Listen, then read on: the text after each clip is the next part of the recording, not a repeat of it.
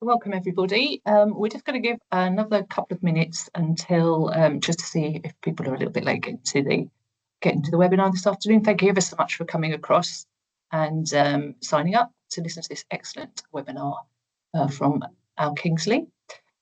Yeah, another couple of minutes. We are recording this webinar and comments, and it will be available on the website, which we will share with you later. So just another couple of minutes. Thanks for waiting.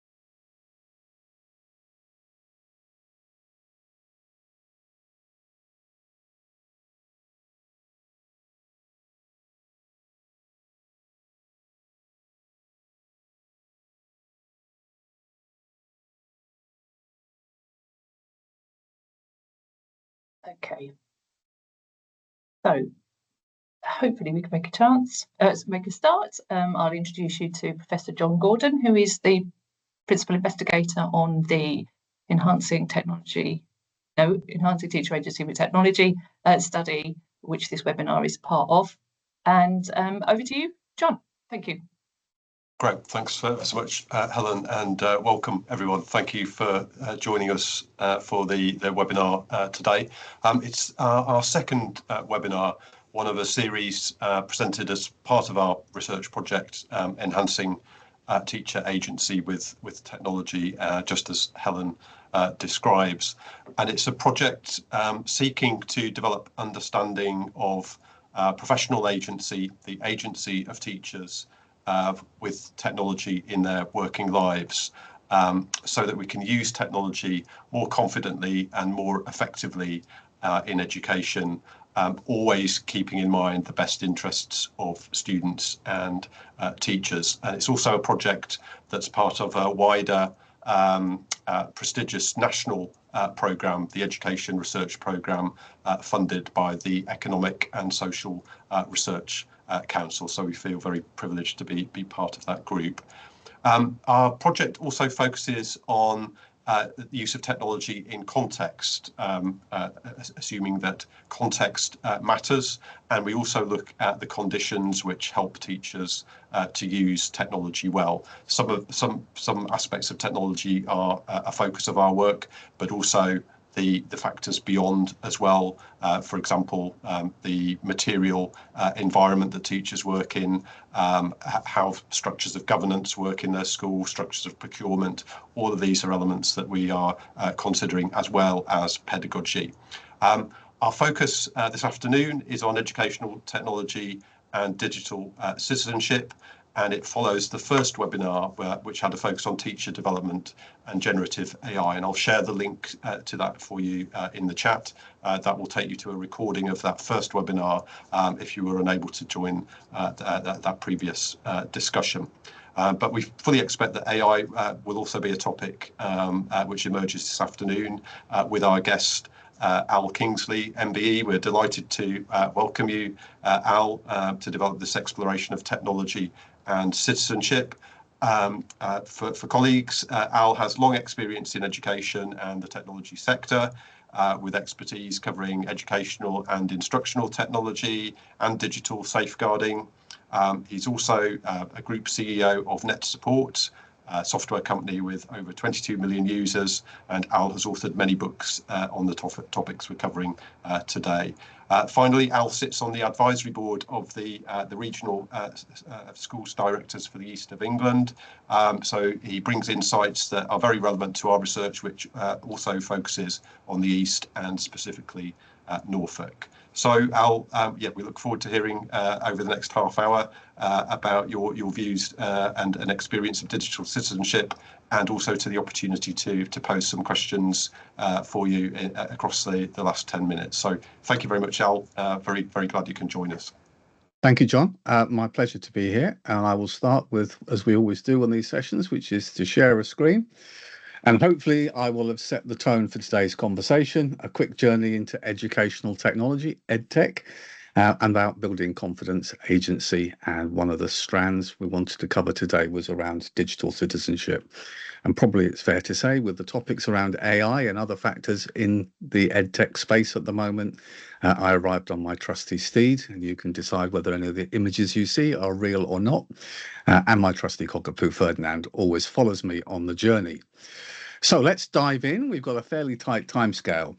A very brief introduction to me, and as has been shared, I will share this slide deck with everybody afterwards.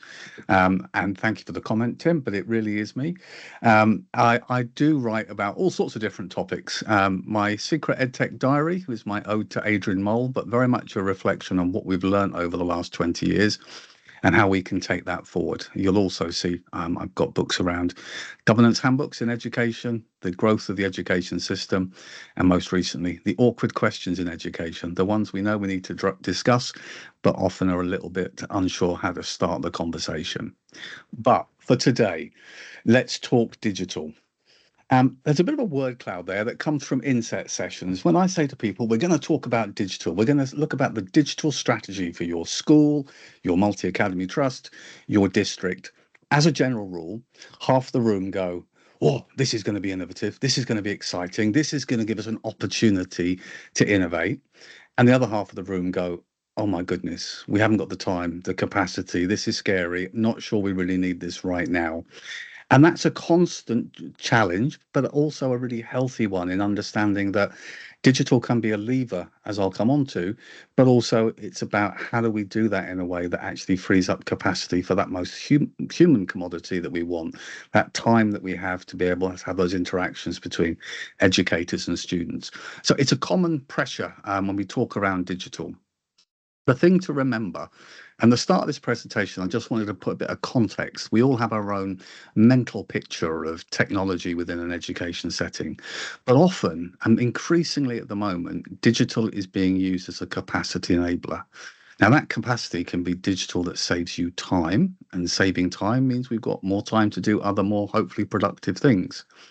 But also, as we see the education system moving and we see more schools coming together into multi-academy trusts and clusters, digital is the umbilical cord that allows us to bring those systems together, share data more effectively, make sure that we can provide remote support and assistance, all the things that glue the systems together.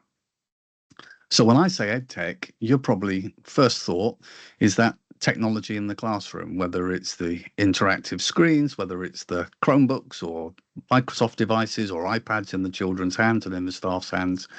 But the truth is, the ecosystem of digital technology in your school is huge.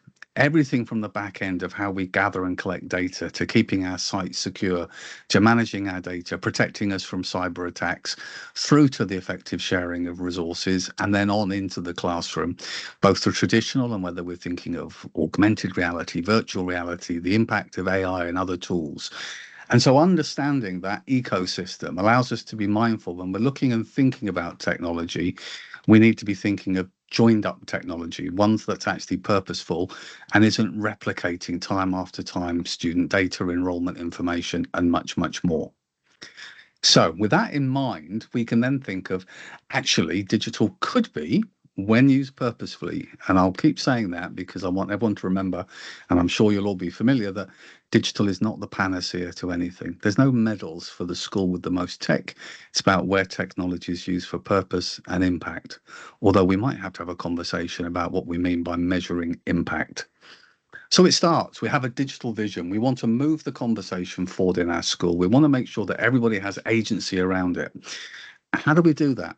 Is it traditionally the end of year, there's some budgets and we say, hey, we want to spend some money on some devices? Is it the network manager who says this is what you should do and that's the end of the conversation? Or do we take it a bit further and think about true digital co-production, where at the heart is the conversation for teachers and students, and depending on age and stage, parents as well, about how digital and technology might help and enhance the teaching and learning experience. Maybe we're thinking about themes like UDL, Universal Design for Learning, where we can look at different ways for different learners to engage in resources. Maybe we're just thinking about how that we can use technology to allow some of our disengaged learners to engage in different ways. So at the heart, we have our teachers and students. Now, not surprisingly, we have our senior leadership team sit alongside that. And that focus is to make sure that perhaps we prioritize based on the things in our self-evaluation or our school development plan. Our network manager and IT teams sit as part of the conversation to make sure we're not building on sandy land. I'm sure many of you will have heard the kind of horror stories of schools spending all their budgets on iPads and then realizing the Wi-Fi infrastructure or their connectivity wasn't sufficient for them to be working effectively. Then we have data privacy and protection. So we're making sure that all of the products we look at within our schools conform to our DPIA, data protection impact assessments, making sure we know what data is captured, where it's stored, how long it's stored for, and who has access to it. And from that, we can make a risk assessment. Then we have a conversation, which is another really important one, about accessibility and send.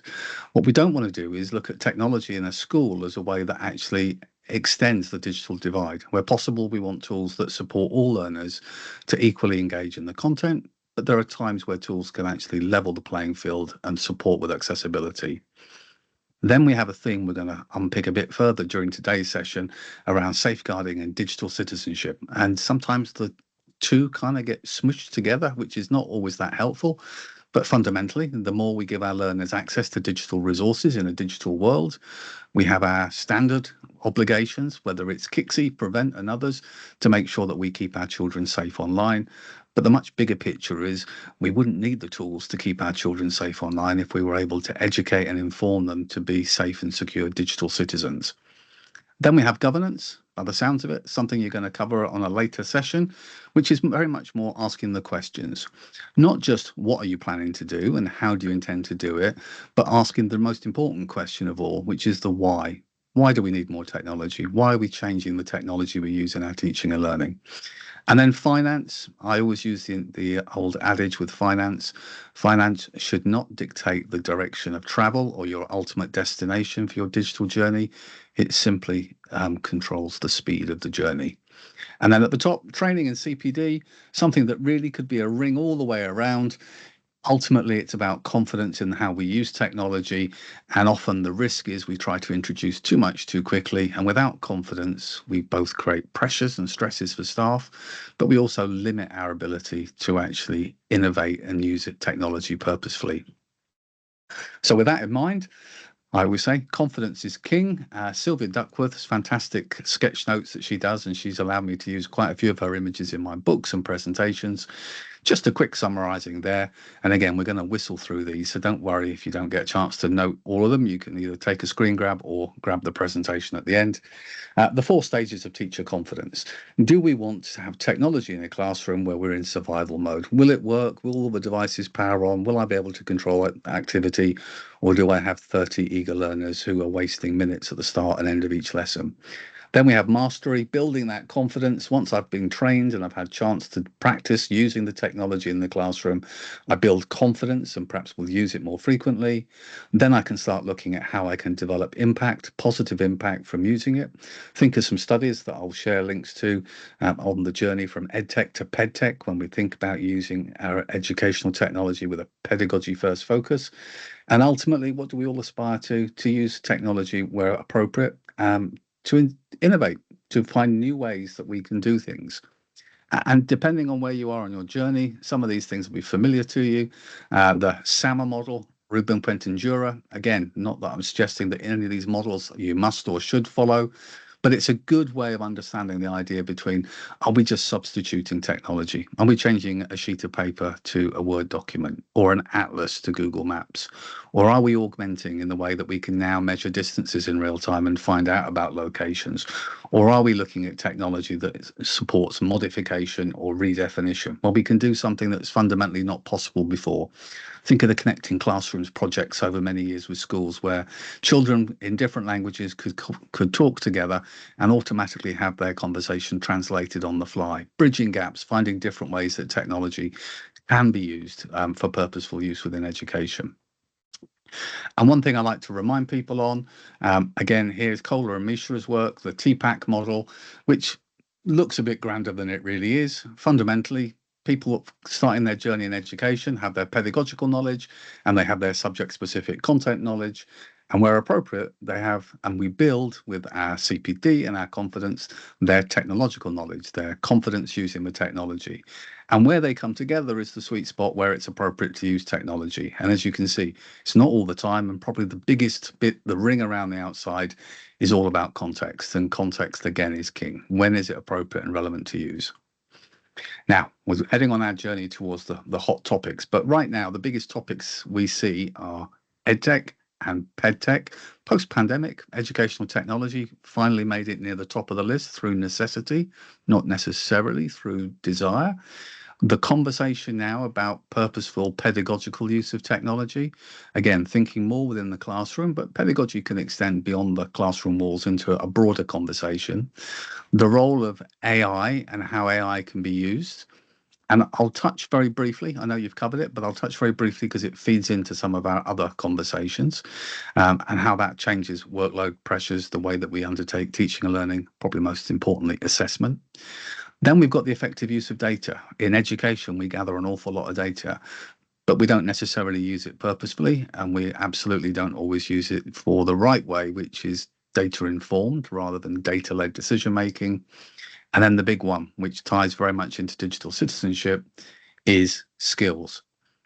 The debate around not just the curriculum and whether the curriculum has a sufficient weighting for skills based on what our employers are looking for, but how skills lead into the purposeful use of technology that's available to us and how that can be woven into things like project-based learning and so on.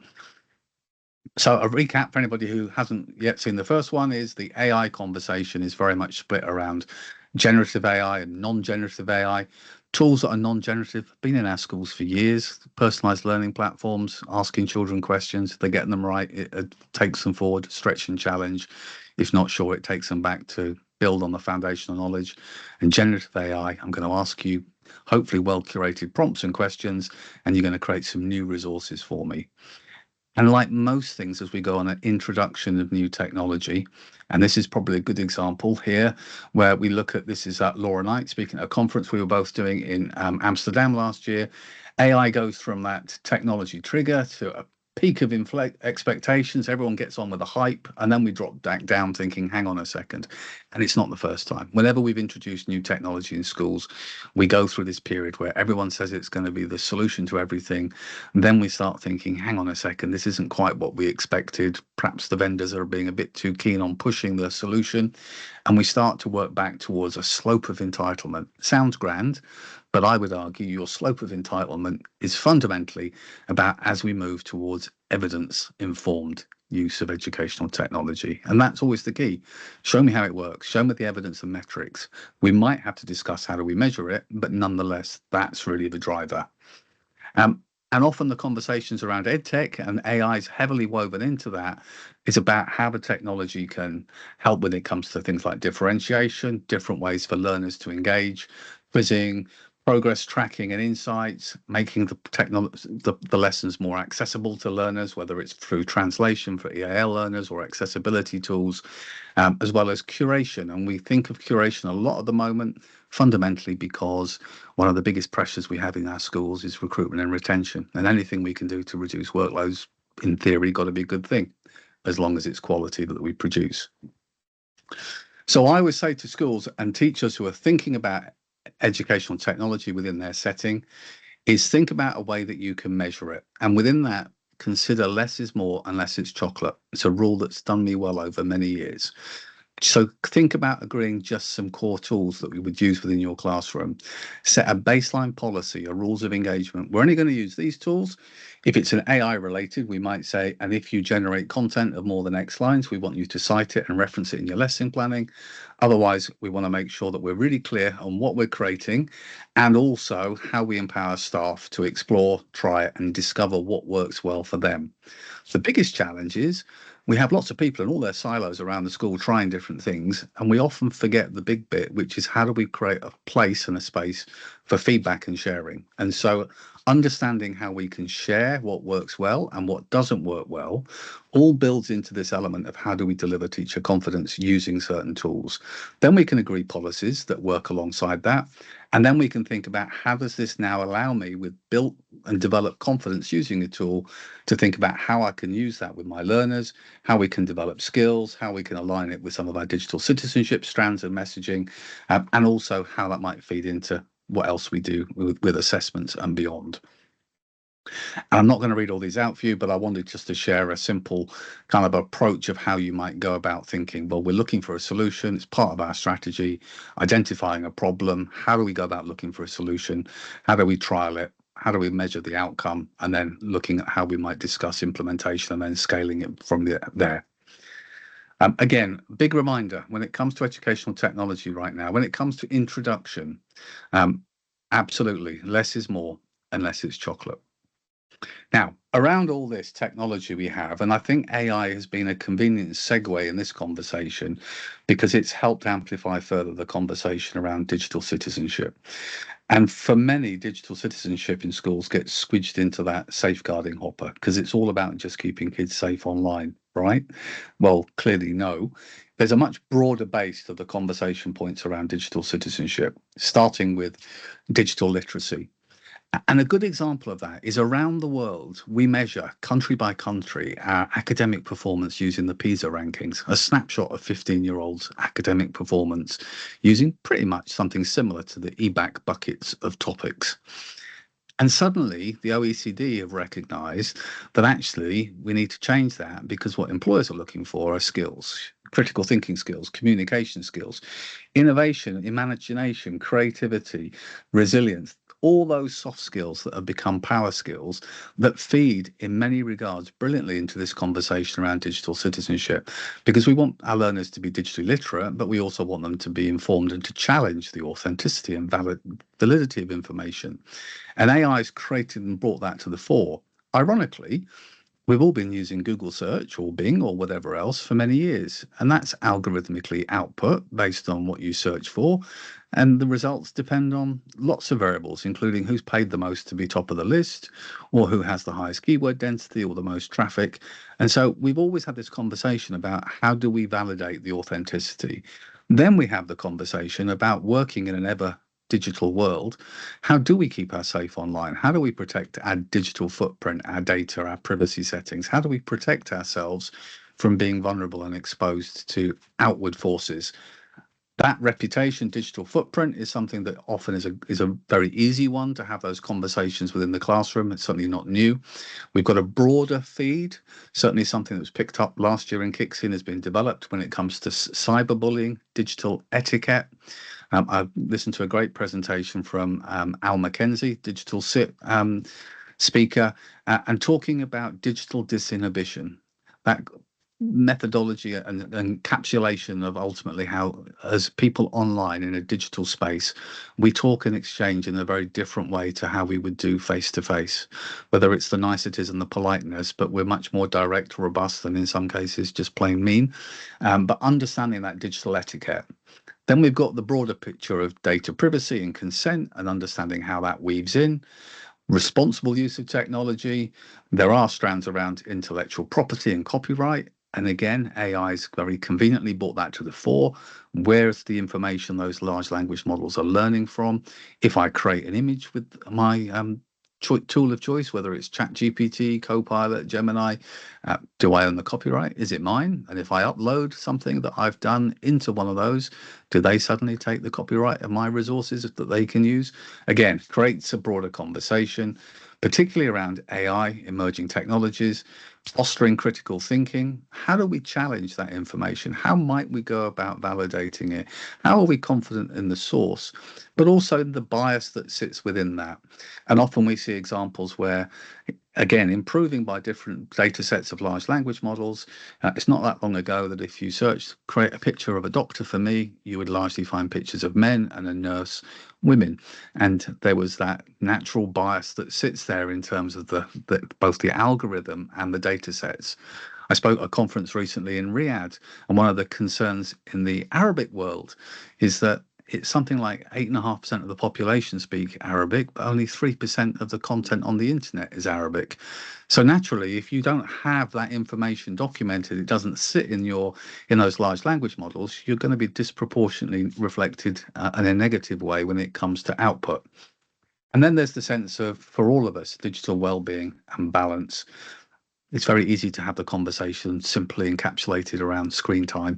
But of course, screen time for me is a misnomer. It's not how long you're on a screen. It's what you're doing on the screen that's the important conversation and critique. But it's also about online stress, and the broader sense of accessing lots of content can create a whole different sense of challenges to your well-being. So that's a little bit of a sort of a quick summary. I suspect these will all be familiar terms for you folks listening, but it's about breaking down digital citizenship and understanding how the recent narrative around digital tools available to us in our schools can actually allow us to bring some of these conversations back to the fore as part of our learning journey. I also shared this from the NCCE. I think it's a different way of signposting the same things, but really looking in terms of that responsibility, our literacy, our etiquette, ethics, safety, and wellness. And it really consolidates down those points as the kind of the checkpoints of things that we want to be thinking about when it comes to our digital citizenship. And you have my word, I'm not going to read all these out for you, but I saw this great resource here and I thought I'm going to share this with you, attributed to the author there, Mia McMeekin, which is just some really handy kind of reference points and bullets of the different themes and strands around digital citizenship.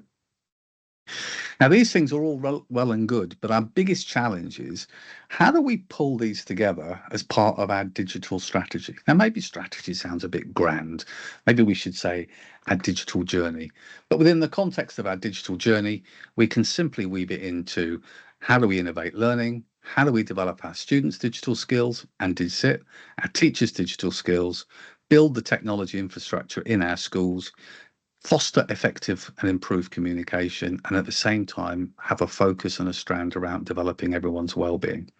If we pull all those together, we're in a much better place. Now, I'm conscious of time and I always tend to go over, so I'm going to try and make sure I don't. There's some slides here for you that if you're looking at tools, whether they're AI or just curriculum resources or beyond, thinking about ways to capture evidence, and most importantly, what I wanted to share for you was a simple rubric you can follow, which is how you might evaluate a product, splitting between the technological and pedagogical considerations. Does it align with our curriculum? Have we already got a tool that does it? Versus, will it work with the devices we have now and in the future? Does it meet our data privacy rules, AI considerations and beyond? And then if it ticks the right boxes, how you quickly and effectively can move on to evaluating a tool so that you don't waste time evaluating things before you've identified if they're going to be purposeful.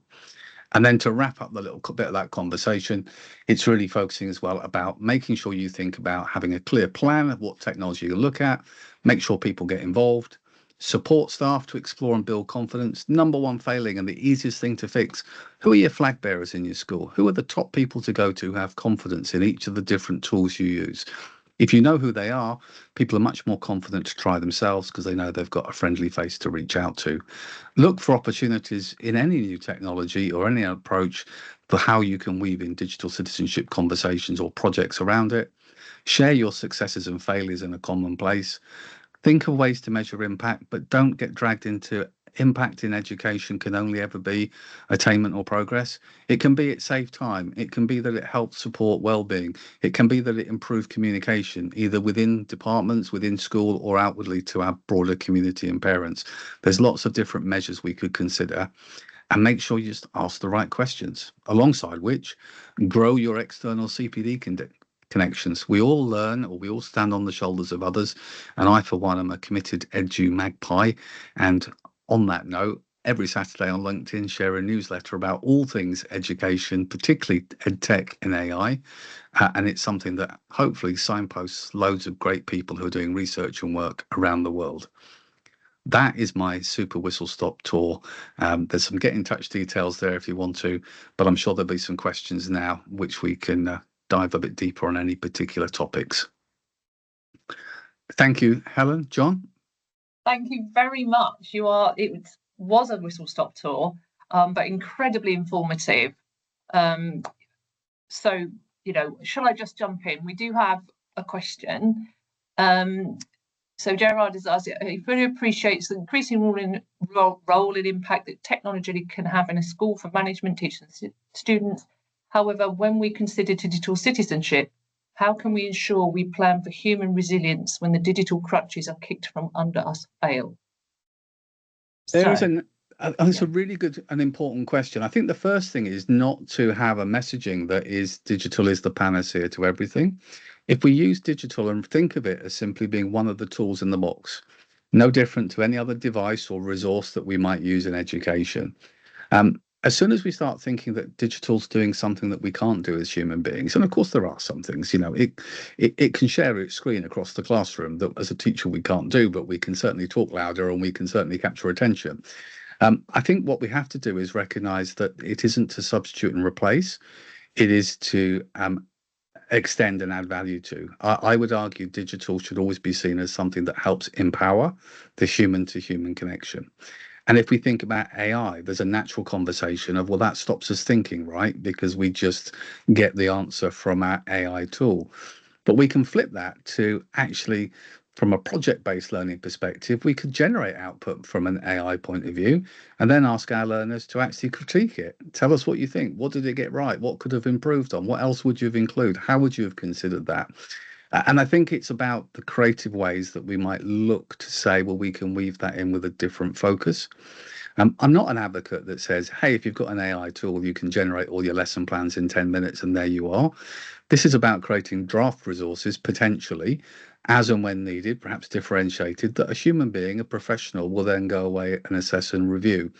And so if we set the mindset of this is something to help you save time, might be quicker at analyzing data, other things that humans aren't so good at, it allows us to focus on those most human qualities, which ultimately are what will differentiate us in the future and in the workplace.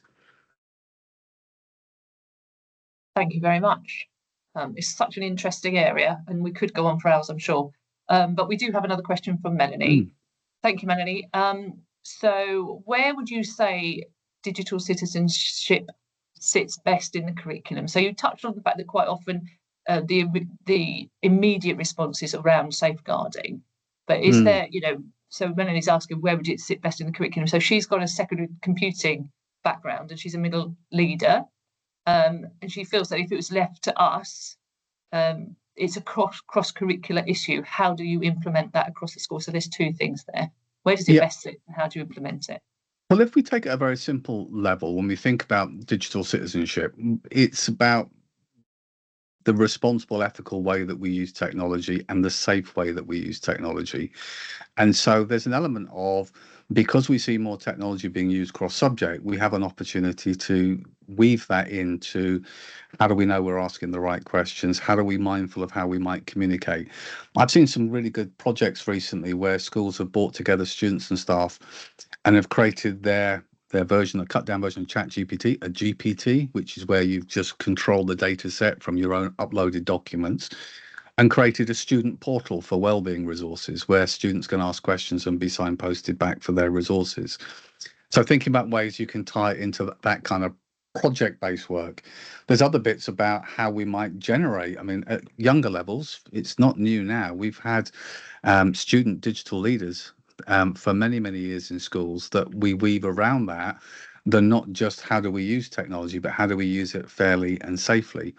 I was at a multi-academy trust quite recently who have implemented technology in the hands of all their learners from year one device per child. And in EYFS, the children are learning to hold a camera and responsibly, but ask their peer, may I take a photograph of you, please? May I do this? And then have a conversation of where that goes and what happens to it. And I think that there are opportunities. Sometimes, I think it's fair to say, it often ends up being the computing department that sometimes lead on these projects, because digital citizenship gets mashed into being, how do you use this device, this box in front of you, where you've got time as part of your curriculum projects. But if we unpick it more to the thinking about how we are effective in how we communicate, respectful in how we communicate, and if we think about that, particularly the strands now about how we challenge the authenticity of information and have confidence in what we're seeing, then I think that can feel across all subjects. But in our trust, we meet termly. We have a digital strategy group, which is heads and senior leaders from across all the schools. And so we have, in that chart I showed of the pillars of our digital strategy, alongside innovating, we had one about developing students' digital skills, one about staff digital skills, and we had different leaders that were focusing on how can we weave that in whole school? How can we support staff development on that? And then well-being. Well, how does digital and well-being go together? Well, it could be about saving time. It could be about supporting our SEN learners more closely. It could be about better connections with our parents, or it could just be about something around, well, actually, we can provide tools that might be more accessible to our learners when they're feeling vulnerable, not to replace a human, but to signpost who the right human is to talk to. And I think thinking of strategizing it against alongside pillars empowers different people with different expertise within the school to own strands, rather than where I've sadly see some schools, one person is head of the digital strategy and digital vision for the trust. Well, with the best will in the world, and no disrespect, none of us can be an expert on everything, nor could we have the time and capacity to best influence that. Thanks very much. I hope that's answered that for you, Melanie. Thank you. John's just shared a question from a local trust. How much confidence can we have in official AI tool endorsements? Right now, I think trust is a word that is still some way to be earned. Now, there are a distinction here. Many will be familiar with what I call the mainstream AI-based tools that you can go and, depending on the effectiveness of your prompting skills, you can source and produce resources. There are a new range of, I don't want to dismiss them quite in the same level, wrapper-based education tools that do a lot of the pre-prompting for you and have much more guardrails in terms of what topics and content the large language model can talk about, and also provides you with the ability to upload your own school's policies and documents, and it will refine its output from that. So there are some good tools. If you're in senior leadership, there are tools like SLT AI, which is just for senior leaders. Create me a letter, create me a policy, create me something. If you're looking at curriculum resources, then there's a whole raft of TeachMate and others that are tools that are explicitly within the curriculum. But I think, like we would with anything else, I think we need to be really mindful that nobody should be taking the output from an AI tool as gospel without applying their professional judgment to the relevance, appropriateness, and if there's anything that's missed. It might save you a little bit of time, but if we think back to the idea that these are tools that empower the educator to use their professional judgment to maximize their human-to-human time and the pedagogy, well, the pedagogy means we don't abdicate that or delegate that to an AI tool. Fantastic. Thank you very much. And moving quickly on, Gerard is asking, bearing in mind budget, etc., and not being available to explore the benefits, for example, in a rural school in the middle of Suffolk, where should they turn for trusted advice and help? That's a really good question. Although in the context of things like AI tools, if you're an Office 365 school, you'll have Copilot. If you Google, you'll have Gemini. There'll be some free available lightweight tools. The bigger picture of EdTech tools, it is expensive, or can be expensive, and diplomatically, school budgets right now are not exactly generous. In fact, we're all running at zero, or frankly, in many cases, deficit budgets.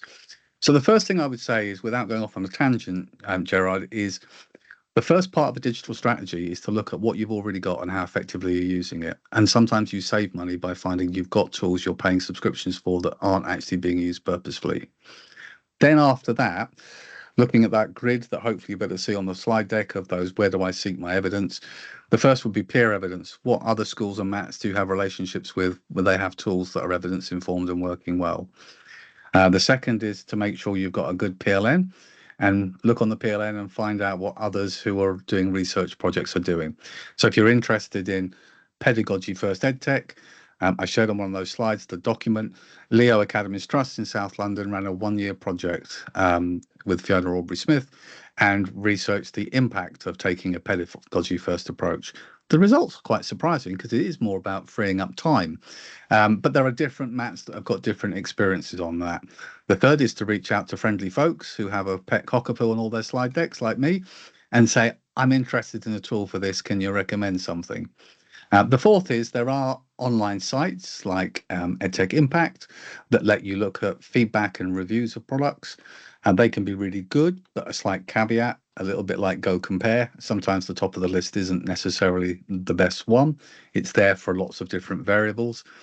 And then the fifth is, do not be intimidated by an EdTech vendor. If you say, I need to try this myself for free and I need to try it for 2 months, 3 months, if they say no, you should walk away, because no product performs the same in a trade show as it does within your own setting. Each setting is unique, and you should have the confidence that you've tried it.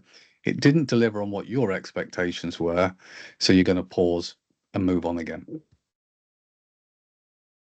Very good advice. And also digital citizenship in itself, knowing that is available. So, Absolutely. yeah, John has just shared in the chat. Hi, John. Do you want to explain what is going on there? Thank you. Sure. Yeah. First of all, just to thank Al for such a comprehensive and informative presentation. So yeah, very, very useful for all of us. Al, thank you. And just to set Al's presentation in context as well, I mentioned that today's webinar followed an earlier webinar on generative AI and particularly how that relates to professional development.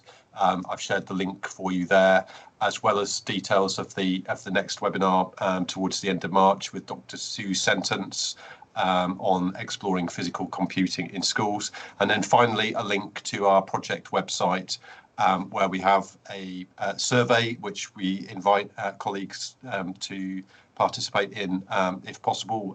It's certainly very helpful for us in the research to understand better colleagues' experiences of using EdTech technology.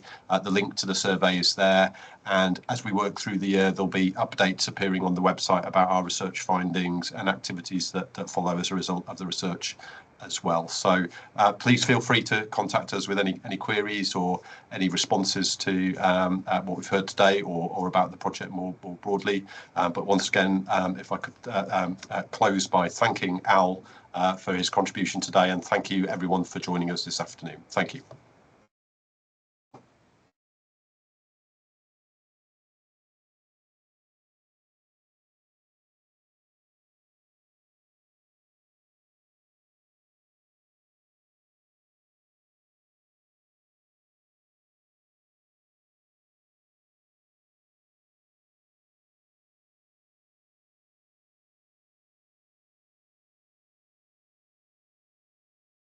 Wow, well done. Thank you so much. That was so informative and packed full of useful strategies and really excellent questions posed that now everybody's going to be thinking Probably about. a lot to try and squeeze in there, but I thought better to share too much than too little.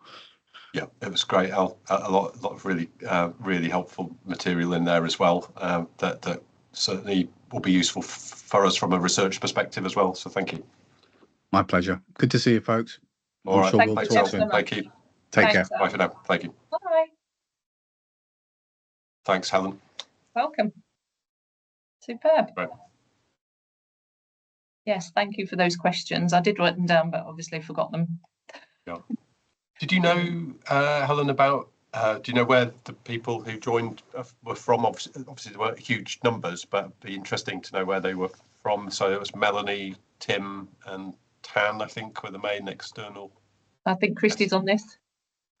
That was what I was doing while the presentation was going on, Melanie and there were two who were from schools and two who were from external organizations. One was a nonprofit and one appeared to be a for-profit. Okay. Yeah. Right. That's interesting. Cool. Yeah.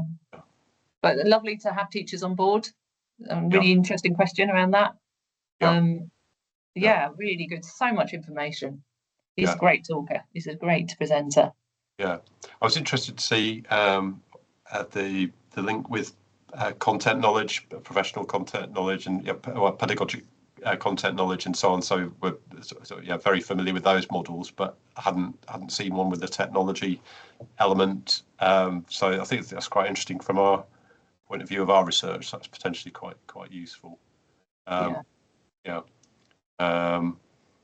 Okay, no, that was really good. It makes me think as well. We're probably at a stage, maybe that to chat with Deirdre as well about getting things into bulletins again for the next webinar, and the links to the recordings. I noticed Miles' the presentation with Miles has 70 views on YouTube, but there weren't that many people in originally. So we obviously get people looking at it afterwards. So yeah, that was good. But yeah, if we chat with Deirdre about and colleagues in the PGCE teams again, maybe about circulating, probably with the colleagues at the local authority as well, the two Johns, to sort of share through their channels as well, I think could be useful. Yeah, absolutely. It's on my checklist on my Trello. Yeah, but you've had plenty to do today, I'm sure, Helen. So thanks ever so much again. We've all been super busy. Yeah. So yes, excellent. Went really on well. to the next one. Yeah. All right. Well, thank you very much, and yeah, have a good evening. Yeah. Thank you. Thanks, John. See you soon. All right. Thanks, Christy. Bye. All right. See you soon. Bye for now. Bye.